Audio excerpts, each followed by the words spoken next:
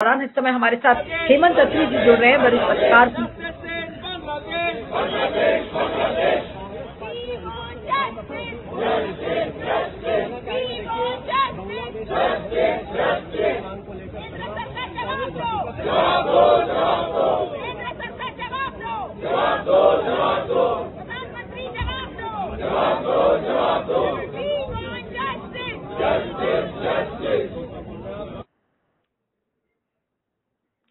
We want justice, जवाब दो जवाब दो, ये वही मुद्दे हैं। और कल आपने देखा था कि जब विजय दिवस के दिन भी प्रियंका गांधी ने उस बात को लेकर भी कहा कि जो इंदिरा गांधी का जो पूरा कंट्रीब्यूशन था वो एक शहीद के रूप में उन्होंने उनको देखा और उनको नमन किया। और दूसरी तरफ मोदी जी की जो सरकार है वो विजय दिवस पर जो आर्मी हेडक्वार्टर्स पर जो एक तस्वीर लगी हुई थी उस तस्वीर को हटाकर एक दूसरी तस्वीर जिसमें कि एक रथ और कुछ हिंदू आइकॉन्स बने हुए हैं उसको लगाया गया, जिसको लेकर काफी बवाल भी हुआ। कल एक एडजॉर्नमेंट मोशन इसको लेकर मूव किया गया था। तो ये जो मुद्दे हैं जो प्रियंका गांधी अब उठा रही है, चाहे वो बांग्लादेश हो चाहे पैलेस्टाइन हो, ये वो मुद्दे हैं जो प्रधानमंत्री मोदी को उठाना चाहिए था, लेकिन मोदी जी उसको उठाने में असफल दिख रहे हैं। यानी कि अब संसद में जो लड़ाई है वो अब प्रियंका बनाम मोदी की हो गई है। और क्या मोदी के राष्ट्रवाद और सेना प्रेम को क्या प्रियंका अब ध्वस्त करेंगी, क्योंकि मोदी जी इसको कैसे उठाएंगे उनको खुद आइडिया नहीं है। और जिस तेजी से अब प्रियंका गांधी संसद में आगे बढ़ रही हैं वो भी एक अपने आप में एक नजारा है और लोग उसको देख रहे हैं और समझ भी रहे हैं कि कितनी लोकप्रियता उनको मिल रही है और किस तरीके के वो मुद्दे उठा रही हैं जो मानवता से जुड़े हैं और जो ह्यूमैनिटी से जुड़े हुए मुद्दे हैं। तो इस पूरी लड़ाई को अब हम कैसे देखेंगे, आज इसी पर हम चर्चा करेंगे। हमारे साथ हेमंत अत्री जी, वरिष्ठ पत्रकार, पॉलिटिकल कमेंटेटर और दैनिक भास्कर के पूर्व पॉलिटिकल एडिटर हमारे साथ है। हेमंत जी, आपका बहुत बहुत स्वागत है। Thank you so much for joining. ये जो प्रियंका गांधी का रूप सर एक संसद में दिख रहा है, कल पैलेस्टाइन का बैग और आज एक बांग्लादेश का बैग वो लेके निकली, पूरी जो कांग्रेस है अब उस मुद्दे को रेज कर रही है, क्या कहेंगे सर इस पर? नीलू जी, आप याद कीजिए जिस दिन प्रियंका गांधी को लोकसभा से वायनाड से चुनाव लड़ाने की घोषणा हुई थी, उस दिन मैं श्रीनगर में था। आपने श्रीनगर से मुझसे लाइव किया था और आपने ये सवाल पूछा था कि प्रियंका के आने के मायने क्या होंगे। हमने वो चर्चा की थी। आज वो सारी बात सच साबित हो रही है। अगर आपको ध्यान हो तो श्रीनगर से हमने लाइव किया था। बेसिकली क्या है नीलू जी, एक चीज देखनी पड़ेगी कि आज की तारीख में जो इस देश में भय का माहौल बना दिया गया था और हर चीज को जो रूलिंग पार्टी है वो ले उड़ती थी, वो उल्टा हो रहा है पिछले 2 दिन से। अगर आपने देखा हो, प्रियंका गांधी ने भारतीय जनता पार्टी को निहत्था कर दिया है। उन्हीं के सारे एजेंडे ले उड़ी है वो, चाहे वो संसद के पटल पे हो या संसद के परिसर में हो या पब्लिक परसेप्शन में हो। देखिए बीजेपी की राजनीति क्या है, हिंदू राष्ट्रवाद। बांग्लादेश के अंदर, जिस बांग्लादेश के अंदर हमारी पूजा होती थी हिंदुस्तान की कि भाई हमने वो देश को बनवाया 53 साल पहले, कल वहां के स्थापना दिवस पर हिंदुस्तान मुर्दाबाद के नारे लग रहे थे। स्थापना दिवस था कल बांग्लादेश का, कल हमारे यहाँ विजय दिवस मनाया जाता है। तो उसमें वहां पर हमारे हिंदुस्तान मुर्दाबाद के नारे लगे और वहां ये लगा कि ढाका दिल्ली से नहीं चलेगा। इस तरह की चीज 53 साल में कभी नहीं देखी गई थी। वहां पर हिंदुओं के साथ जो कुछ हो रहा है, देखिए 17.5 करोड़ की आबादी है बांग्लादेश की और उसमें 1.5 करोड़ हिंदू है। प्रियंका गांधी ने किसका मुद्दा उठाया? हिंदू और क्रिश्चियंस जो वहां पर माइनॉरिटी में है कि उनके साथ जाति हो रही है, केंद्र सरकार हस्तक्षेप करो। और जो हिंदू हृदय सम्राट स्वघोषित तौर पर भारतीय जनता पार्टी के नरेंद्र मोदी जी, भारतीय जनता पार्टी है, आरएसएस है, पिछले महीने भर से आपने उनकी किसी की आवाज सुनी है इस मसले को लेकर के? चूं की भी आवाज नहीं है। ये है इनका राष्ट्रवाद। दूसरा, स्वतंत्र, आज अगर पहले विश्व युद्ध से लेकर के अब तक पिछले अगर 110 साल का इतिहास देखेंगे आप, जो बांग्लादेश में हिंदुस्तानी सेना की विक्ट्री थी, that is the first clear victory, जहां पर 93,000 पाकिस्तानी सैनिक जिन्होंने सरेंडर किया था। ये सरकार मोदी जी को आपको याद होगा, राजस्थान में एक सभा में उन्होंने क्या कहा था कि क्या आपका वोट पुलवामा के शहीदों के नाम पर मिल सकता है? ध्यान होगा ना आपको, आचार संहिता की धज्जियां उड़ाते हुए उन्होंने कहा था। उसी सेना की समकालीन विश्व इतिहास की सबसे बड़ी अचीवमेंट, जब जनरल नियाजी जनरल अरोड़ा के सामने अपना आत्मसमर्पण कर रहे हैं 93,000 सैनिकों के साथ, वो फोटो आर्मी चीफ के दफ्तर से हटवा दिया गया और वहां पर क्या फोटो लगाया है? कर्म क्षेत्र। कोई भी सेना अपनी विश्व इतिहास की सबसे बड़ी अचीवमेंट की यादगार को हटा सकती है क्या? ये है सेना प्रेम। और वहां पर क्या लगा रहे हैं? कर्म क्षेत्र कि भारतीय सेना का ये एरिया ऑफ ऑपरेशन है, फलाना। बहुत जगह आर्मी हेडक्वार्टर में कहीं भी लगा दीजिए।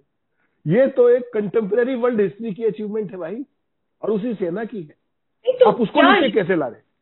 नहीं, सही कह रहे हैं आप। और उस मसले को प्रियंका गांधी उठा रही है। वो बीजेपी का बैशन है वो मसला, और कितने बोल्डली उन्होंने कल पार्लियामेंट के अंदर उठाया इसको।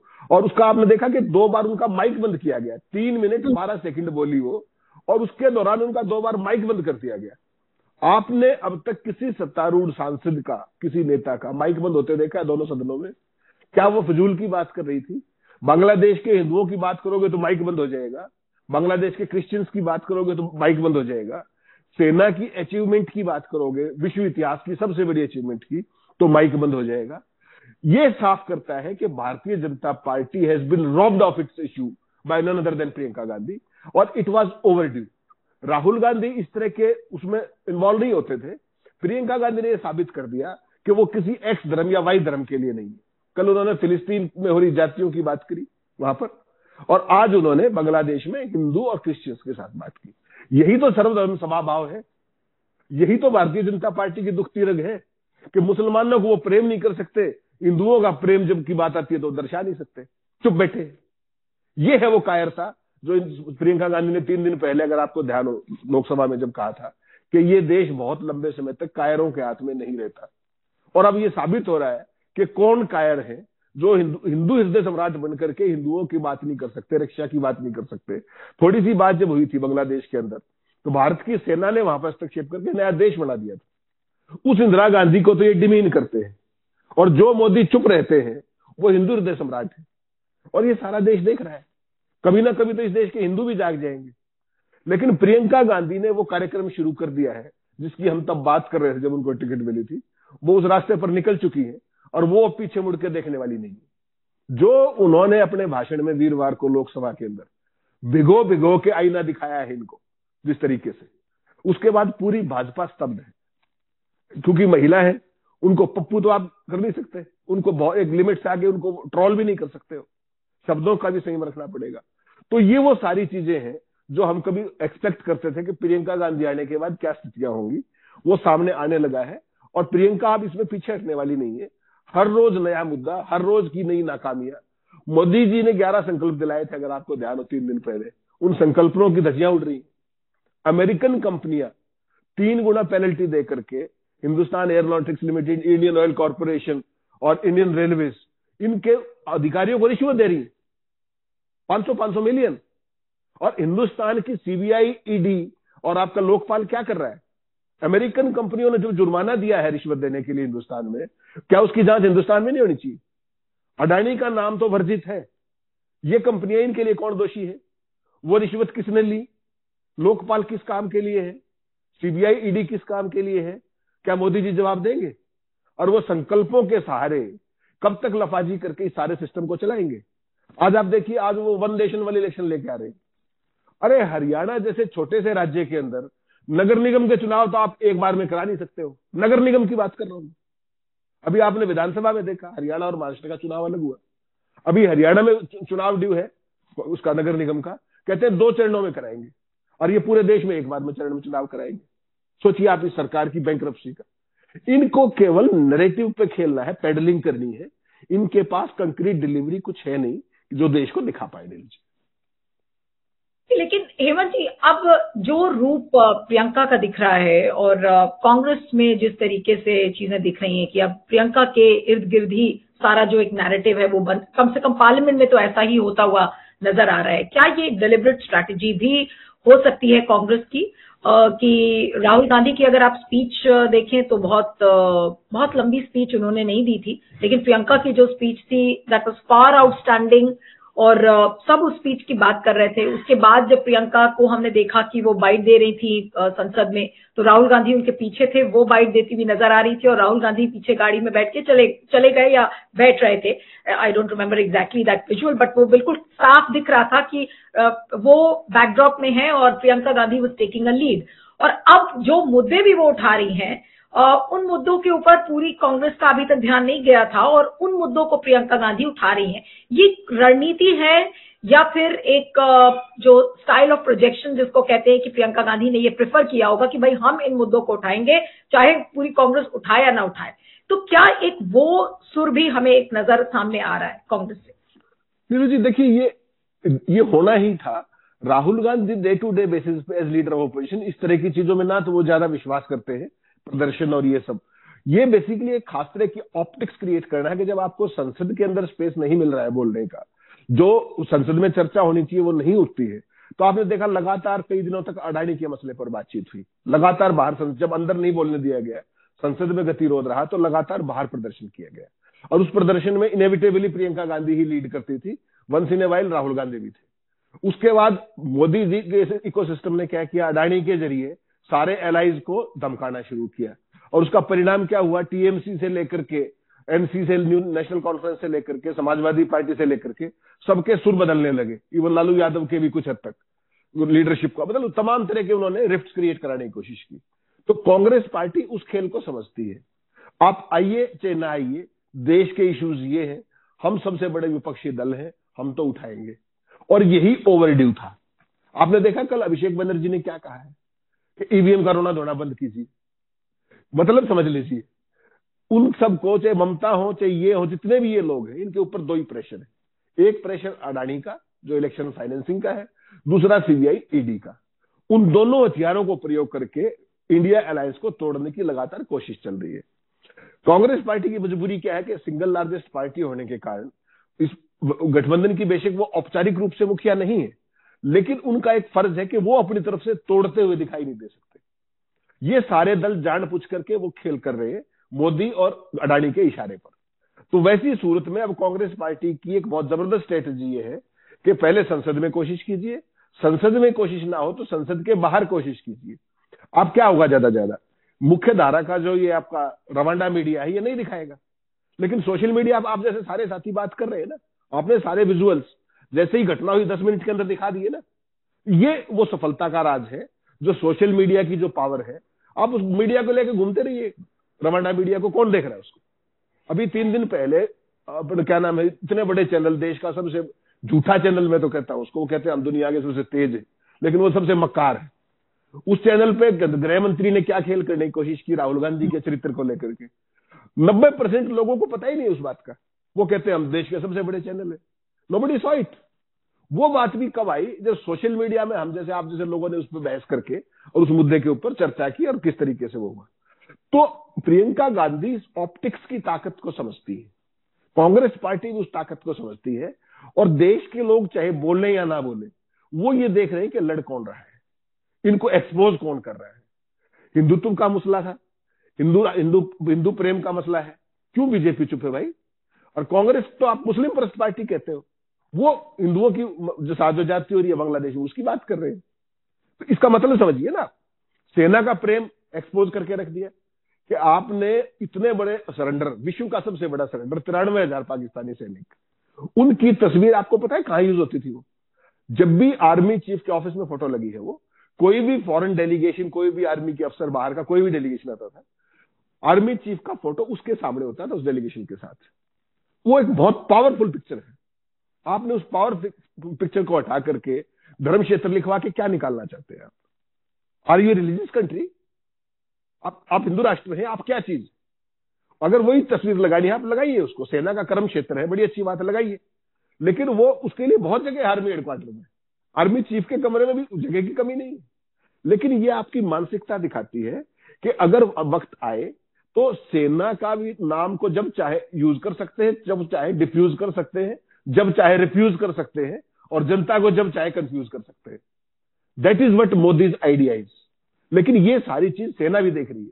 कल एक्स सर्विसमैन लीग ने बहुत डेमनिंग चिट्ठी लिखी है कि आपने ये तस्वीर हटा कैसे दी। आप कहेंगे तो वो तस्वीर शेयर भी कर सकते हैं। मतलब ऐसी सूरत, इतने बुरे तरीके से कभी भी केंद्र सरकार एक्सपोज नहीं हुई। जो बांग्लादेश, जो हिंदुस्तान के कारण आजाद हुआ, उस बांग्लादेश में हिंदुस्तान मुर्दाबाद के नारे लग रहे हैं और ये बोल नहीं पा रहे। आप कल्पना करिए इस बात की। और फिर ये कहते हैं कि हम तो विश्व गुरु हो गए। श्रीलंका में आप अपनी हालत देख लीजिए, नेपाल में आप अपनी हालत। वो प्रियंका गांधी ने बोला था कि भाई हिंदुस्तान की भूमिका कितनी बड़ी थी बांग्लादेश को बनाने में, बांग्लादेश बना ही भारत की मदद से। आज उसी बांग्लादेश को बिल्कुल दरकिनारे कर दिया गया है। और अब अगर प्रियंका गांधी इस इशू को उतनी ही जोर शोर से उठा रही हैं, और ये इंदिरा गांधी उस समय प्राइम मिनिस्टर थी, तो आज अगर अब प्रियंका गांधी इसको उठा रही हैं, तो क्या हम वो पुराने दिन की जो एक पॉलिटिक्स है, जिस तरह से इंदिरा गांधी करती थी, क्या उसकी एक झलक हम कह सकते हैं कि अब हमें मिल रही है? और जो मोदी जी को जिन मुद्दों को उठाना चाहिए था, मोदी जी तो बिल्कुल असफल नजर आ रहे हैं उन मुद्दों को उठाने में। तो इसका मतलब ये है कि जो प्रियंका का झोला है वो आ गया है और मोदी के झोला उठने का समय आ चुका है। देखिए, ये तो अभी कहना जल्दबाजी होगा, लेकिन प्रियंका गांधी बहुत प्रोफेशनली डील कर रही हैं हालात से, परिस्थितियों से। और जो उनका जो भाषण भी उन्होंने दिया, जो वीरवार को जो लोकसभा के अंदर दिया, देखिए राहुल गांधी और उनके भाषण में मूल क्या होता है, एक फर्क। प्रियंका गांधी के पास कंटेंट उतना मजबूत हो चाहे ना हो, उनकी डिलीवरी, उनका इंस्टेंट कनेक्ट और उनकी हाजिर जवाबी, वो एक खास तरह का पैकेज बनाती है, जो डे टू डे कम्युनिकेशन का बड़ा इंपॉर्टेंट पार्ट है। राहुल गांधी की समस्या क्या है कि राहुल गांधी के जो भाषण में कंटेंट बहुत ज्यादा होता है, लेकिन उनका वो उस तरह का डिलीवरी नहीं है, उतने बड़े बढ़िया ऑरेटर नहीं है, उनका उतना इंस्टेंट कनेक्ट नहीं है। तो वैसे में प्रियंका गांधी उस स्कोर पर कहीं ना कहीं ऊपर इस मामले में खड़ी दिखती है। जैसे ही आपने देखा वो बोल रही थी, बीजेपी ने उनको रोकने की कोशिश की, हैकल करने की कोशिश की। उन्होंने कहा कि इमरजेंसी की इतनी बात है तो आप सीख लीजिए ना, तो सारे चुप हो गए। बीच में उनको एक बार और हैकल करने की कोशिश की। उन्होंने क्या कहा, ये हंसने की बात नहीं है, ये शर्म की बात है। तो सारे का सारा जो ट्रेजरी बेंचेस थी वो सन हो गई कि यार ऐसे तो इतना जबरदस्त 2 सेंटेंस के अंदर या 1 सेंटेंस के अंदर ऐसा प्रोफेशनल स्नब। हालांकि वो फर्स्ट टाइमर एमपी है, उनका मेडन स्पीच था वो, उसके बावजूद भी जो स्नब उन्होंने दिया, जो इंटरप्टर्स थे उनके लिए भी एक सबक था। ये फर्क है प्रियंका गांधी और राहुल गांधी के अंदर। राहुल गांधी को हैकल करते हैं, सब कुछ करते हैं, बोलने नहीं देते हैं, वो सारी सुविधाएं इनको भी मिलेंगी, बीजेपी इनको भी नहीं बोलने देगी। इनका भी माइक बंद किया ना, कल 2 बार बंद किया माइक। आप ठीक कह रहे हैं कि इनका तो माइक बंद किया, इनका भी बंद किया, लेकिन जिस तरीके से पप्पू घोषित किया था बीजेपी ने राहुल गांधी को, मुझे नहीं लगता कि प्रियंका को ये पप्पू घोषित कर पाएंगे। और वो क्योंकि एक महिला है, तेज तर्राक महिला है, और बहुत कॉन्फिडेंट इश्यूज को लेकर वो जानती है कि क्या बात करती है। क्योंकि राहुल को जब पप्पू घोषित करने का जब प्रोसेस शुरू हुआ था, तो उस समय राहुल गांधी इतने कॉन्फिडेंट नजर नहीं आ रहे थे। लेकिन क्या प्रियंका गांधी को भी ये पप्पू घोषित कर सकते हैं? आपको लगता है मोदी ये क्या क्या बुरा कर सकते हैं प्रियंका गांधी का, अगर जैसे जो बुरा राहुल गांधी का किया है? जी नहीं, बुरा तो इनके करने से तो किसी का बुरा होता नहीं। इनके बुरा करने से क्या, वो जो सबसे ज्यादा बुरा करती थी वो घर ही बैठी हुई आज तक। आपने देखा होगा ना, चुनाव हार करके कहाँ है स्मृति ईरानी, कुछ पता लगा उसका? सबसे ज्यादा तो वही सब सोचती थी सुबह शाम तक। बेसिकली क्या है नीलू जी, प्रियंका गांधी के साथ एक बेसिक चीज रहेगी कि वो इंस्टेंटली रिएक्ट करना जानती है। परसों आपने देखा प्रधानमंत्री का भाषण खत्म होते ही वो बाहर आई, जब पूछा मीडिया ने कि भाई आप कैसा रहा स्पीच, उनका बड़ा बोरिंग था। और बीजेपी के नेताओं के नाम बता दिए, बोला वो भी सो रहा था, वो सोने वाला था, वो हाथ मल रहे थे, वो सिर खुजा रहे थे। वो बेसिकली कंटेम्प्रेरी पॉलिटिक्स की निटी ग्रिटीज और ऑप्टिक्स को समझती है। बाहर निकलते ही उनको पता है कि प्रधानमंत्री के भाषण में तुम्हें कोई स्पेस नहीं मिलेगा, इसलिए वो रुकी, मीडिया को स्पेस दिया। मीडिया ने तो चलाना नहीं है, लेकिन आप जैसे लोग जो सोशल मीडिया पे, उनके पास बाइट अवेलेबल होगी, तो उन्होंने उसको प्ले कर दिया। तो जितना इंपैक्ट उसका होना चाहिए प्राइम मिनिस्टर का, उतना मीडिया के पास इंस्टेंटली एक रेडीमेड जो हम कहते हैं बाइट काउंटर करने के लिए वो सामने आ गई। राहुल गांधी ये नहीं करते थे, उनकी एक अपनी स्टाइल है पॉलिटिक्स करने का। तो ये जो है कंटेम्प्रेरी पॉलिटिक्स की निटी ग्रिटीज को भी समझती हैं, कम्युनिकेशन की दृष्टि से भी सारी चीजों को समझती हैं, नैरेटिव कैसे सेट किया जाना है उसमें भी माहिर है, भाषा पे भी नियंत्रण है उनका, संयम भी है, और जरूरत से ज्यादा आक्रामक भी नहीं होती। आक्रमण उनके शब्दों में है, भाव भंगिमाओं में। जब आप ये बताइए, अगर राहुल गांधी ठीक है, क्योंकि जो बॉडी लैंग्वेज है वो इतनी आक्रामक नहीं है, शब्दों में आक्रमण दिखता है जी, देखन में भोले लगे घाव करे गंभीर, उनके वो स्टाइल है। वो बहुत ही स्मूथली बोलती हैं, उनके चेहरे पे किस तरीके का कोई भाव नहीं होता। और जो बोलती हैं, आप बताइए राहुल गांधी या कोई भी नेता सदन के अंदर पूरी भाजपा को कायर कह के चला गया, उनको जब तक समझ में आया तब तक तो भाषण खत्म करके चली गई, और वो उस दिन की पिक बन गई, उस दिन का बाइट ऑफ द डे बन गया। इस देश का सत्ता, इस देश का संचालन लंबे समय तक कायरों के पास नहीं रहता है, वो उनकी दुखती रग है। उन्होंने उसको बहुत कायदे से छुआ, सलीके से उनको एनेस्थीसिया दिया, और उसके बाद निकल गई चुपचाप। ये बेसिकली है उनका, प्रियंका गांधी का। अब उनको केवल क्या करना है, बेसिकली जो ये नैरेटिव बिल्ड हुआ है धीरे धीरे मोदी को एक्सपोज करने का, उनको इसको छोड़ना नहीं चाहिए। हाउस के अंदर नहीं मौका मिला तो हाउस के बाहर बड़ी इफेक्टिव, पहली बार आपने देखा होगा हर दिन प्रदर्शन, जब से वो आई है हाउस के अंदर, हर दिन हर मसले पर बाहर संसद के अंदर कांग्रेस पार्टी, सरकार चाहे ना चाहे, मीडिया उसको कितना ही डिमीन करे, लेकिन वो एक्शन में रहे, और अपोजिशन का यही काम है। ये इसको सफलतापूर्वक अभी तक करने में सफल रही है, अच्छा कम्युनिकेट कर रही है, बीजेपी को अच्छा सबक सिखा रही है। और मुझे लगता है भारतीय जनता पार्टी का जो प्रोजेक्ट था राहुल गांधी को पप्पू बनाने का, उसमें तो वो सफल हुए चाहे नहीं हुए, लेकिन अगर प्रियंका अगर यही लगी थी तो बहुत सारे लोग पप्पू बन जाएंगे। आपने प्रियंका के भाषण की बात की, आपने कभी प्रधानमंत्री जी के भाषण को रेट किया? आपने कभी? He is a master orator, master orator on what score? कोई भी जब आप भाषण देते हैं, कोई भी आप, मैं और आप आज बात कर रहे हैं, इसमें कंटेंट क्या है? नंबर एक सबसे इंपॉर्टेंट बात वो होती है कम्युनिकेशन। फैक्ट्स और फिगर्स कितने हैं, कॉन्फिडेंस का लेवल क्या है, एक्सप्रेशन क्या है। मोदी जी के पास कॉन्फिडेंस और एक्सप्रेशन को छोड़ दें, बाकी तो कंटेंट तो नील ही होता है, फैक्ट्स कभी होते नहीं उसके अंदर, 80% झूठ होता है। अतीत जीवी सारा ऐसा भाषण चलता है उनका, अपने बारे में कभी वो कुछ बोलते नहीं, अपनी अचीवमेंट्स के बारे में कभी नहीं बोलते, अपना कोई रोड मैप नहीं बताते। तो वो क्या करते हैं, वो सुबह से शाम तक एक खास तरह का नैरेटिव पेडल करते हैं, जो उनकी जो भगत सेना इस देश में पैदा हुई है, चाहे वो ट्रोल आर्मी है, चाहे जो भी भक्त जिनको आप बोलते हैं, चाहे मुफ्तखोर एक वर्ग क्रिएट किया है जिसको ये आजकल लाभार्थी कहते हैं। मोदी जी देश के लिए बोलते ही नहीं, मोदी जी उस सेगमेंट के लिए बोलते हैं। और ये सारा देश देख भी रहा है कि किसी भी कंटेम्प्रेरी इश्यू के ऊपर, आप बताइए बांग्लादेश के मसले पर मोदी जी ने क्या किया अब तक, बता दीजिए, क्यों चुप है वो? क्या सरकार को जो बांग्लादेश में हो रहा है हिंदुओं के साथ, उस पर एक ऑफेंसिव पोस्चर लेना चाहिए, नहीं लेना चाहिए? विजय दिवस के दिन वहां पर हिंदुस्तान विरोधी नारे लग रहे हैं, दिल्ली से नहीं चलेगा डाका, ये नारे लग रहे हैं। क्या कर रही है केंद्र सरकार, क्या कर रही है अपना विदेश मंत्रालय, क्या है? It shows A failure. Sri Lanka के अंदर आप देख रहे हैं, नेपाल आंखें दिखा रहा है, और आप विश्वगुरु घूम रहे हैं। चाइना को तो लाल आंख दिखाने की बात छोड़ दीजिए, जो प्रधानमंत्री जी दावे ठोकते थे, ये तो बांग्लादेश को सही बात भी नहीं कह पा रहे, और जिस सेना की अचीवमेंट थी इतनी बड़ी, उसके फोटो हटवा रहे। सोचिए आप, तो ये खास तरह की मानसिकता है।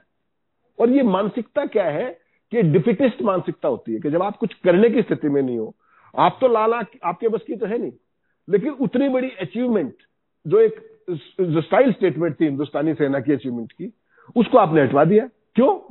क्योंकि वो इंदिरा गांधी की थी अचीवमेंट। अचीवमेंट इंडिविजुअल की नहीं होती, अचीवमेंट एक देश की होती है, और वो अचीवमेंट हासिल की भारत की सेना के वेलर ने, उनकी बहादुरी ने। आप उसको हटवा करके केवल अपनी कुंठाओं को दिखा रहे हैं, उसके अलावा कुछ भी नहीं। और देश की सेना बोले या ना बोले, वो बोलेंगे नहीं, अनुशासित वो, लेकिन वो समझ रहे हैं वो।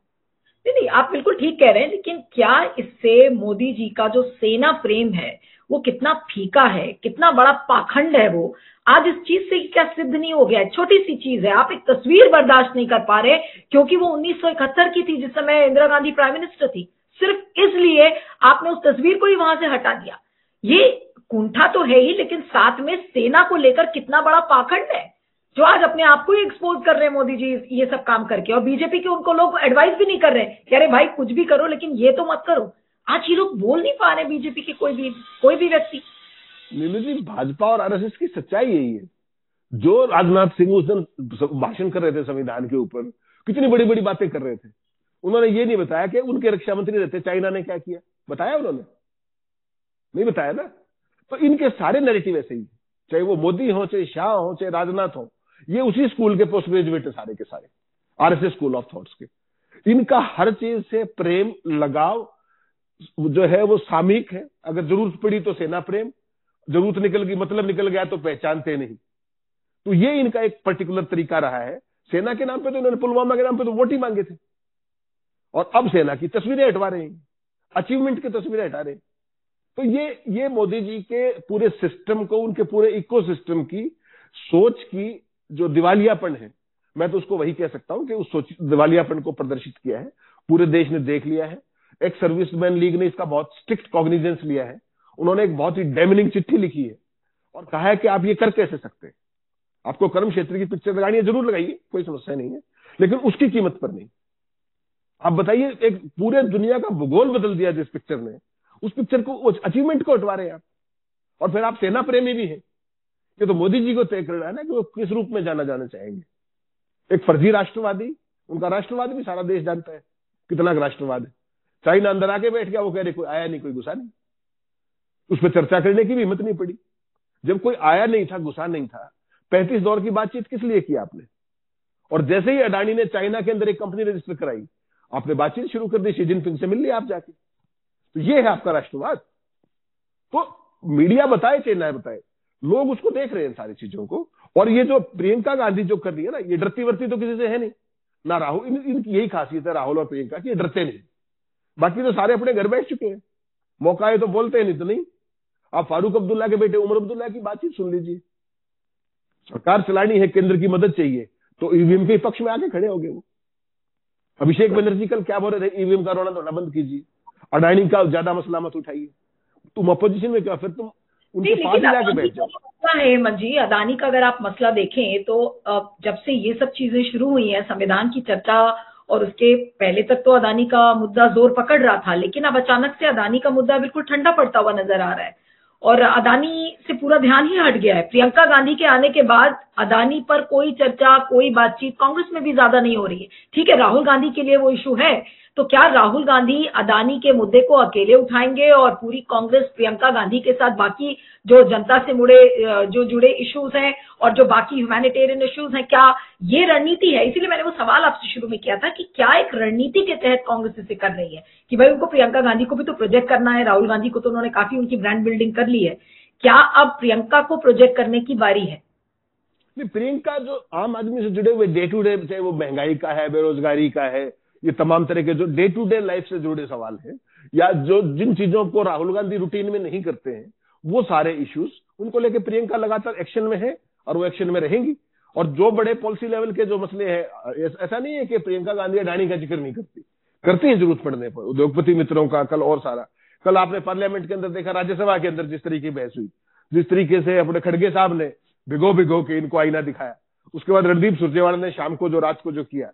तो ऐसा नहीं है, पार्टी कंप्लीटली तैयार है। वो इस बात से हिली नहीं है जो बीजेपी का गेम था कि अडानी के प्रेशर के जरिए एलाइज को थोड़ा सा दूर हटवाओ, कोशिश की उन्होंने, लेकिन कांग्रेस पार्टी अपने एजेंडे पर कायम लगती है फिलहाल के लिए।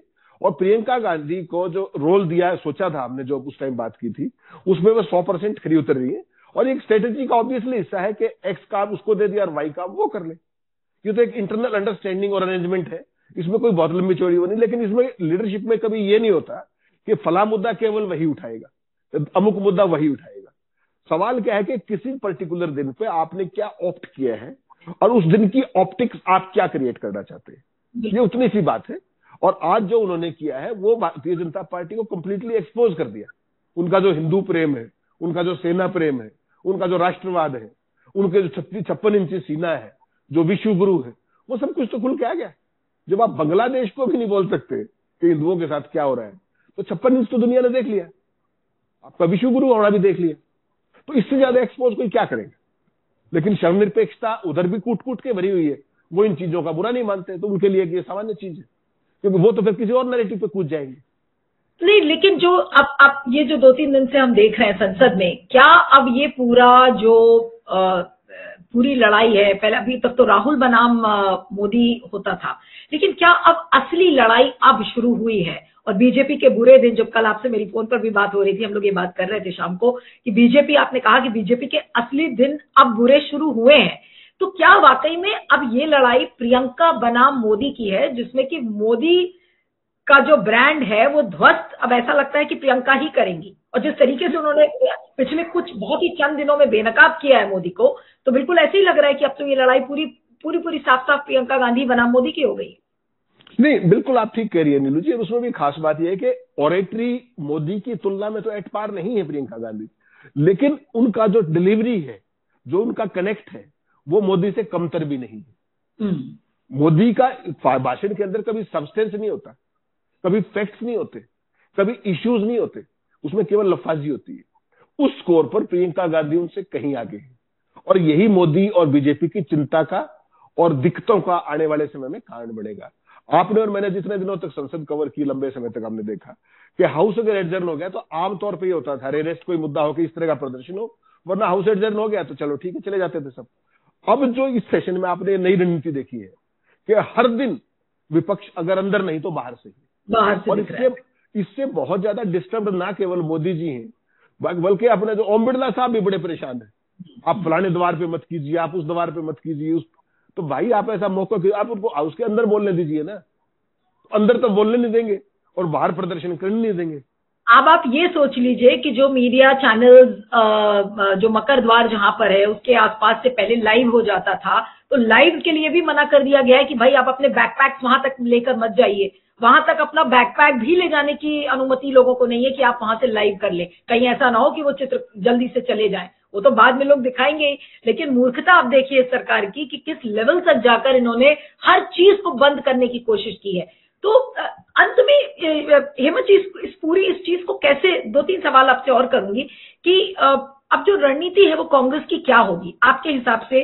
प्रियंका का जो प्रोजेक्शन अभी सब देख रहे हैं, और ये आगे और किस तरह से आगे बढ़ेगा?